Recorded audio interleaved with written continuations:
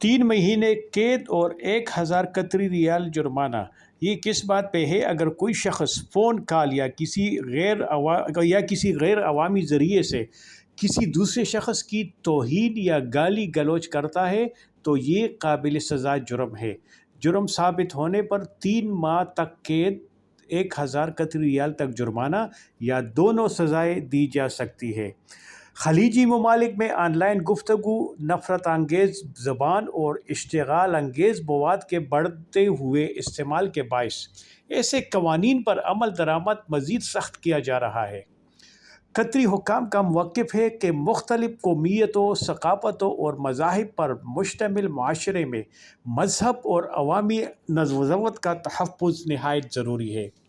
क़ानूनी माहिरीन के मुताबिक मज़हब की तौहीन से मुतालिक क़वानीन मशरिक़ वस्ता समेत दुनिया के मुख्तलिफ़ हिस्सों में मौजूद हैं, अगरचे उनके नफाज़ का तरीका मुख्तलिफ हो सकता है। हामियों का कहना है कि ये क़वानीन फ़िरक़ा वाराना कशीदगी और समाजी इंतशार को रोकने में मदद देते हैं, जबकि नाक़िदीन के मुताबिक इस क़वानीन की वसीह तशरीह इज़हार राय की आज़ादी के बारे में ख़दशात पैदा कर सकती है।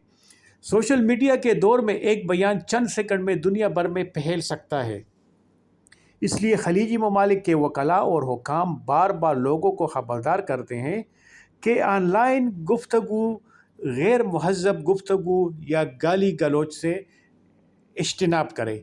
लिहाजा ये आप सबको ख़बर दी जाती है कि व्हाट्सएप पे, सोशल मीडिया पे, मैसेंजर में या फ़ोन पे किसी को गाली नहीं दे, धमकी नहीं दे।